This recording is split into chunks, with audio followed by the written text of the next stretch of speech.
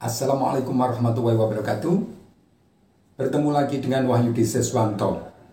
Kali ini saya akan berbicara tentang bagaimana cara melukiskan tokoh. Ada beberapa cara. Yang pertama adalah komentar pencerita. Yang kedua, kita bisa melukiskan lingkungannya atau cara berpakaiannya, cara menata rumahnya misalnya.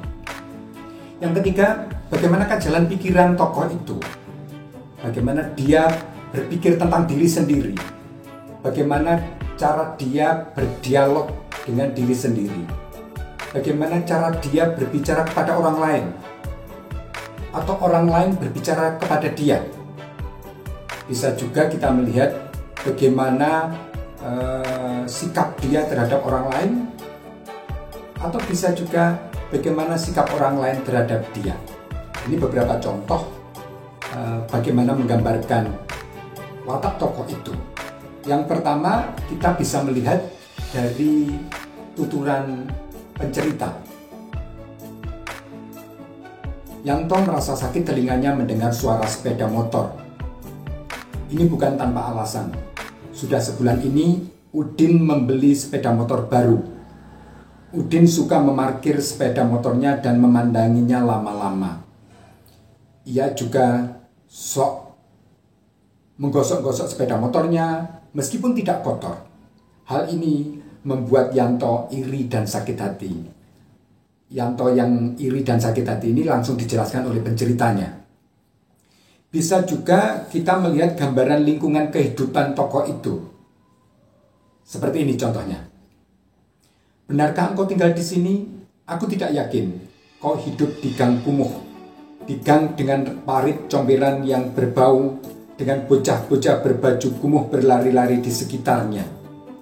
Kata orang, kau mengontrak gubuk di ujung gang.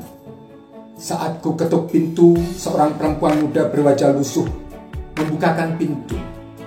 Rambutnya tidak disisir, pakaiannya sedikit berantakan karena tidak disetrika, dan ada kancing yang terlepas.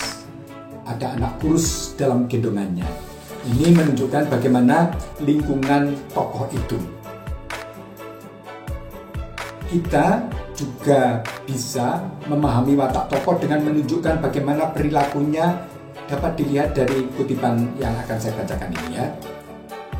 Tepat di muka Prasojo, tangan kanan Wijoyo yang membawa gulungan hitam dan tangan kirinya yang mengepal diangkat penuh kemenangan kepada Prasojo. Dengan tersenyum, Prasojo membalasnya dengan acungan kedua ibu jarinya.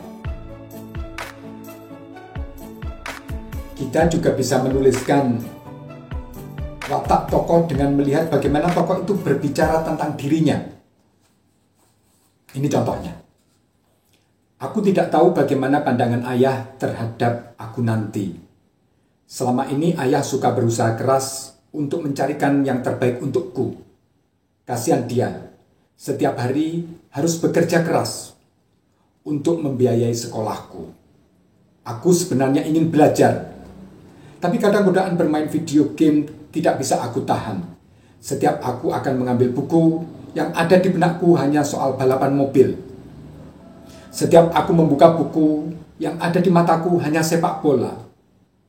Setelah ini, aku berjanji bukan kepada ayah, tetapi untuk diriku sendiri, belajar lebih giat lagi.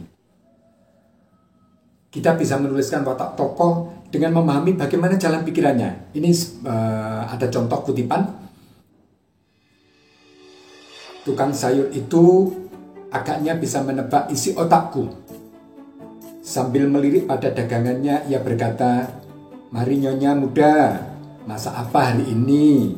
Capcay, sup ayam, atau paklay?"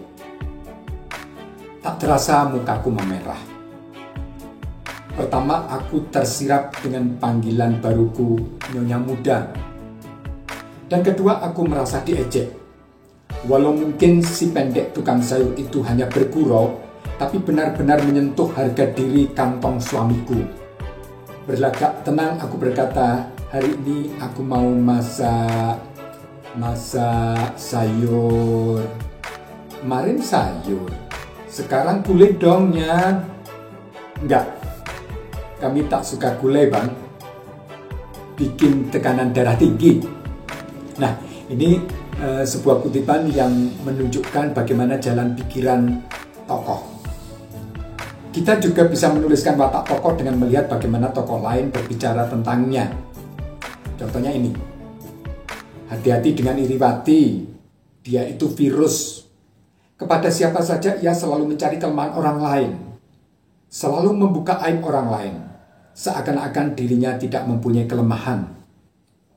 Nah, ada juga ini, kita bisa menuliskan watak tokoh dengan melihat tokoh lain berbincang dengannya, sikap orang lain terhadap dia.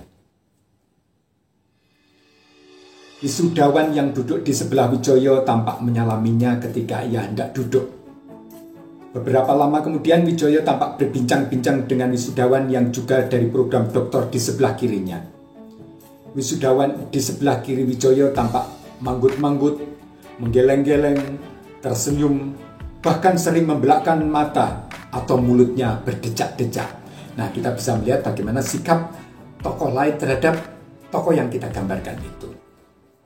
Baik, saudara, semoga dengan cara-cara yang saya sampaikan itu kita bisa mengembangkan tokoh-tokoh kita, bisa memberikan watak dengan berbagai cara.